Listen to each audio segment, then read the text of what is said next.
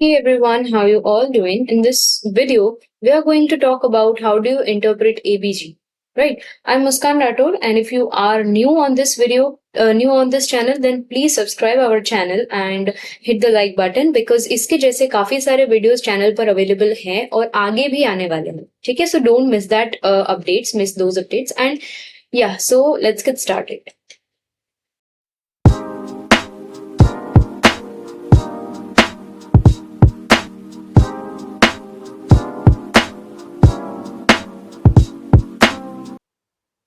Okay तो ABG analysis को पूरा लाइक स्टडी करने से पहले हमको नॉर्मल वैल्यूज पता होनी चाहिए.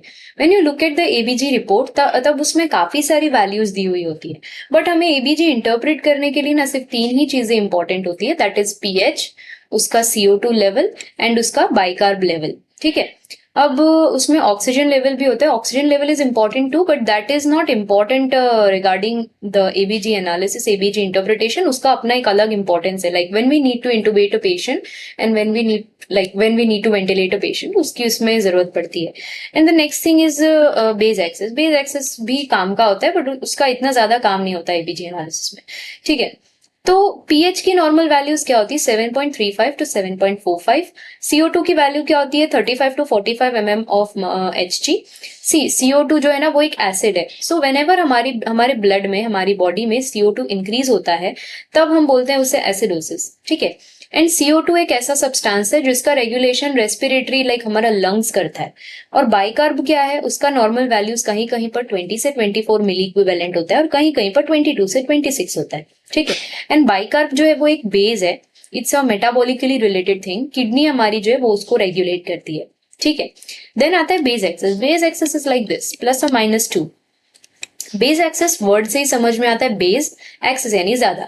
तो हमारी बॉडी में जो भी एसिड्स हैं उसके कंपेयर में बेस कितने ज्यादा है उसे हम बोलते हैं बेस एक्सेस. ठीक है. If it is see this is the amount of excess base in the body compare to the acids. Negative BE मतलब कि बेस कम है, डेफिशिएंसी है, और पॉजिटिव मतलब कि बीई ज्यादा है. Done. Okay. Now there are 3 basic steps. जो हम एबीजी एनालिसिस करते हैं उसके सिर्फ 3 ही स्टेप्स हैं. सबसे पहला step, you need to look at the levels of, उसका पीएच देखना है. तब उससे आप पता कर पाओगे कि वो एसिडोसिस है या अल्कलोसिस है. ठीक है. फिर उसके बाद जो सेकेंड स्टेप है उसमें मैंने एक चार्ट बता रखा है कि उस चार्ट से आप पता कर सकते हो कि वो रेस्पिरेटरी एसिडोसिस अल्कलोसिस है या मेटाबॉलिक एसिडोसिस अल्कलोसिस है. ठीक है. In that chart you have to focus on the levels of CO2 and HCO3. Done. And the third step is it compensated और नॉट. लाइक हमारी बॉडी में suppose अगर acidosis है तो एसिड हमारी बॉडी में ज्यादा है, तो हमारी बॉडी जो है वो बेस को ज्यादा प्रोड्यूस करेगी, ज्यादा फॉर्मेशन होगा बेस का. ठीक है. तो अगर मेरे बॉडी में एसिडोसिस है, CO2 ज्यादा है, तो मेरी बॉडी जो है वो बेस का प्रोडक्शन ज्यादा कर देगी. ठीक है. सो दैट उसको मैं बोलती हूँ कि मेरी बॉडी जो है वो कॉम्पनसेट कर रही है, इट इज कॉम्पनसेटेड. ये स्टेप हो जाए उसके बाद यू हैव टू नो कि इट इज पार्शियली और फुल्ली कॉम्पनसेटेड. ठीक है. वो कॉम्पनसेशन कैसा है, पार्शियली कॉम्पनसेटेड है या फुल्ली कॉम्पनसेटेड है. ठीक है. ये 3 स्टेप्स हो गए. इसमें भी मैंने 2 चार्ट्स बता रखे हैं, उसमें आपका पूरा ये स्टेप हो जाएगा. Done. Okay. So let's go for the step 1. Step 1 is really easy. Like how? Just wait a minute. Step 1 is very very easy. Why? PH की स्केल तो हमने पढ़ी होगी 8th स्टैंडर्ड में, राइट? कि इस तरह से पीएच की स्केल होती है, बीच में 7 होता है. इस साइड अगर कम जाता है तो इट इज एन एसिड, अगर इस साइड जाता है तो इट्स अ बेस. सो वही है कि अगर हमारी नॉर्मल वैल्यू क्या थी पीएच की, 7.35 टू 7.45. अगर 7.35 से कम आता है तो इट्स एन एसिडोसिस, अगर इससे ज्यादा जाता है तो it's an alkalosis. Done. Okay. So step 1 में हमने पता कर लिया कि वो एसिडोसिस है या अल्कलोसिस है. ये पता करने के बाद we will jump to the step 2. Step 2 सिर्फ इतना सही है, ये जो दिख रहा है ना, सिर्फ इतना सही है स्टेप 2. अब इसमें हमने ये पता करना है, फर्स्ट स्टेप में हमने पता किया कि वो एसिडोसिस था या अल्कलोसिस था. ये जानने के बाद हमें ये पता करना है कि वो मेटाबॉलिक है या रेस्पिरेटरी है. ठीक है. तो सपोज अगर आपका पीएच जो है इट इज 7.32. ठीक है. आपका पीएच आया 7.32. सो हमारे नॉर्मल लेवल के हिसाब से ये क्या हुआ, ये एक एसिडोसिस है. एसिडोसिस है तो आप इस साइड के चार्ट को ध्यान देंगे. इस चार्ट में आपको फिर देखना है कि CO2 लेवल्स आपके रिपोर्ट में क्या है। अगर वो 45 से ज्यादा है तो यू विल से कि it is a respiratory acidosis. अगर रेस्पिरेटरी लाइक CO2 लेवल 45 से ज्यादा नहीं है then you will go with the HCO3 levels. ठीक है, HCO3 लेवल्स अगर लेस देन 20 है then it is a metabolic acidosis. Done. Okay, if you see कि आपका जो पेशेंट है उसका पीएच जो है, let's say, just a minute, उसका पीएच जो है इट इज 7.50। ओके, 7.50 उसका पीएच है, दैट मीन्स कि it is a alkalosis. Alkalosis होता है तो हम ये वाले चार्ट को देखेंगे। उसका CO2 लेवल देखो, अगर 35 से कम है देन वी से कि it is a respiratory alkalosis. अगर ऐसा नहीं है, अगर उसका बाइकार्ब लेवल मोर देन 24 है then it is a metabolic alkalosis. Done. Step 2 भी हो चुका है। अब हम तुमने चीज मास्टर कर ली है, तुमको पता चल गया ये रेस्पिरेटरी एसिडोसिस है, मेटाबॉलिक एसिडोसिस है, रेस्पिरेटरी अल्कलोसिस है, metabolic alkalosis. The hardest step is done. ठीक है। Okay, now comes the step 3। Step 3 में हमारी बॉडी कॉम्पनसेट कर रही है या नहीं कर रही है ये पता चलता है। ठीक है, अगर मेरी बॉडी में एसिडोसिस है तो मेरी बॉडी में बेस बढ़ जाना चाहिए, यानी कि बाइकार्ब का लेवल बढ़ जाना चाहिए, तब मैं कह सकती हूँ कि ठीक है मेरी बॉडी जो है वो कॉम्पनसेट कर रही है। बढ़ जाना चाहिए मतलब उसकी नॉर्मल वैल्यू से वो इंक्रीज होना चाहिए। ठीक है। ओके, अभी सपोज मैंने स्टेप 1 और 2 किया और मुझे पता चला कि मेरा पेशेंट जो है उसको रेस्पिरेटरी एसिडोसिस है। ठीक है, तो मैं यहाँ देखूंगी। अब रेस्पिरेटरी एसिडोसिस है यानी उसकी बॉडी में जो है CO2 is increased. Why? Because CO2 is an acid. CO2 बढ़ जाता है यानी एसिडोसिस होता है। सो अब हम देखेंगे उसके बाइकार्ब के लेवल को कि उसका बाइकार्ब लेवल कैसा है, क्या वो इंक्रीज हुआ है। ऑफ कोर्स अगर वो इंक्रीज हुआ होगा तब जाके हमारा CO2 नीचे आएगा। ठीक है। सो रेस्पिरेटरी एसिडोसिस के केसेस में आपको बाइकार्ब देखना है। अगर बाइकार्ब मोर देन 26 है दैट मीन्स कि आपकी बॉडी कॉम्पेंसेटेड है, your body is compensating it. ठीक है, अभी हम ये नहीं बता रहे कि वो पार्शियली कॉम्पेंसेट या फुल्ली कॉम्पेंसेट है, बट ये पता चल गया कि ओके आपकी बॉडी कॉम्पेंसेटेड है। बट व्हाट इफ अगर इसकी वैल्यू 26 से कम हो जाए, लाइक कम आती है, अगर HCO3 की वैल्यू 25 आती है तो इट इज नोन एज कि यार डी कॉम्पेंसेटेड है, अभी कॉम्पेंसेशन स्टार्ट नहीं हुआ है। Done. Okay, now if your patient is having respiratory alkalosis, अगर आपके पेशेंट को रेस्पिरेटरी अल्कलोसिस है तो अल्कलोसिस में आप इस वाले चार्ट को देखोगे।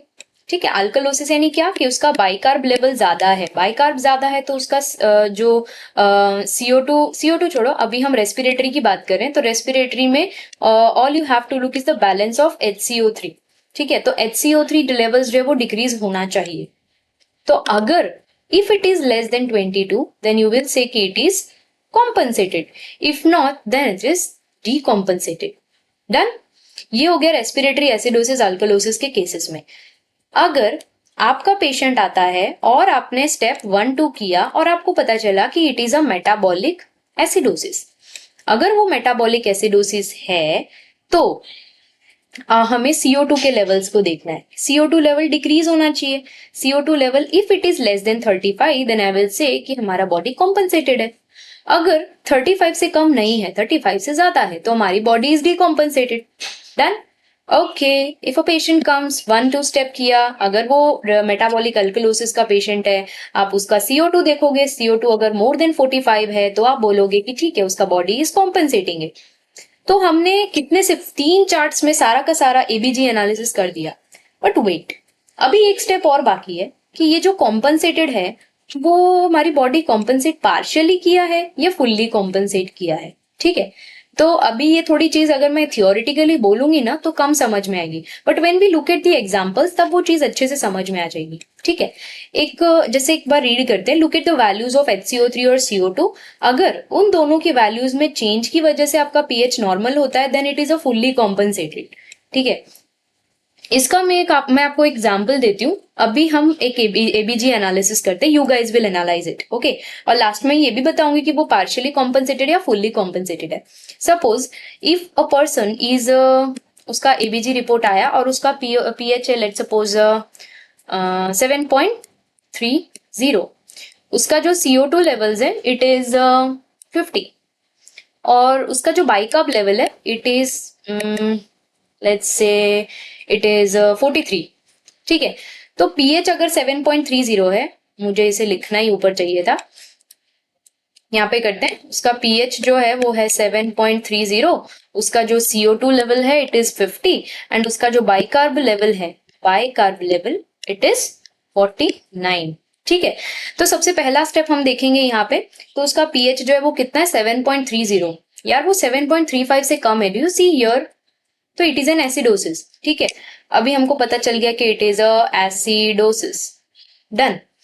अब हमको ये पता करना है कि वो रेस्पिरेटरी है या मेटाबॉलिक है, तो हम यहाँ पे गए, हमने देखा कि हमारा वाला पेशेंट क्या है, यू सी हियर एसिडोसिस है, तो हम इस साइड वाले चार्ट पर ध्यान देंगे। ठीक है, हमने ध्यान दिया, हमारा CO2 कितना है, it is 50। So if PCO2 is more than 45, तब हम उसको क्या बोलते हैं, it is a respiratory acidosis. Are you done? Okay, ठीक है, तो आपने ये भी एनालाइज कर लिया कि उसको क्या है, उसको है रेस्पिरेटरी एसिडोसिस। ठीक है, अब आपको पता करना है कि वो कॉम्पनसेटेड है या नहीं है। ठीक है, तो let's move on to our this chart. हमारे पेशेंट को क्या था, रेस्पिरेटरी एसिडोसिस था, और अगर रेस्पिरेटरी एसिडोसिस में बाइकार्ब लेवल 26 से ज्यादा हो तो कॉम्पनसेटेड है। ठीक है, रेस्पिरेटरी एसिडोसिस आ गया, bicarb level it is more then 26, कितना है ये, मोर देन 26 होना चाहिए, हमारी लेवल, हमारा लेवल कितना है, it is more than 49, right, so it is compensated. अब आता है final step, that is it is क्या वो पार्शियली कॉम्पनसेटेड है या फुल्ली कॉम्पनसेटेड है। यू सी कि आपका बाइकार्ब का नॉर्मल लेवल कितना होता था, just wait a minute, bicarb का नॉर्मल लेवल होता था 20 से 24, या तो फिर ज्यादा में ज्यादा 22 से 26, यू नो, दो वैल्यूज थी, दो रेंजेस थे, बट बाइकार्ब का लेवल यहाँ पर 49 है, राइट, तो 49 है, मतलब कि वो चेंज हुआ है अभी। इस चेंज की वजह से क्या आपका पीएच नॉर्मल आया, पीएच की नॉर्मल रेंज क्या थी 7.35 से 7.45, क्या वो नॉर्मल रेंज में आया, नहीं आया, मतलब it is partially compensated, partially compensated respiratory acidosis. ठीक है, अभी तुम लोग को एक थोड़ा सा डाउट हो रहा होगा कि मैंने जो ये वाला स्टेप किया कि पार्शियली फुल्ली कॉम्पनसेटेड है या नहीं, तो मैंने उसमें बाइकार्ब का लेवल क्यों देखा, मैंने CO2 का लेवल क्यों नहीं देखा, बिकॉज अगर आप इस चार्ट में देखो, तो जब पर्सन को रेस्पिरेटरी एसिडोसिस होता है तो हमें सिर्फ बाइकार्ब का लेवल ही देखना है, क्या वो बढ़ा है, क्या वो कम हुआ है, हमें सिर्फ वही देखना है। और अगर मेरा पेशेंट मेटाबॉलिक एसिडोसिस वाला है या मेटाबॉलिक अल्कलोसिस वाला है, तो मैं देखती हूँ उसका CO2 का लेवल, किस स्टेप के लिए, वो पार्शियली कॉम्पनसेटेड है या फुल्ली कॉम्पनसेटेड है, वो जानने के लिए। ठीक है, ये हमने एक एग्जाम्पल कर लिया। अभी नेक्स्ट एग्जाम्पल में we will look for, okay, एक और एग्जाम्पल लेट मी मेक।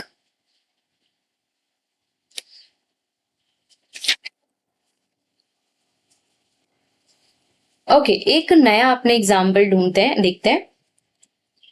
सो हम इसको यहीं पे लिखेंगे, ठीक है, ताकि इट विल गेट इजी,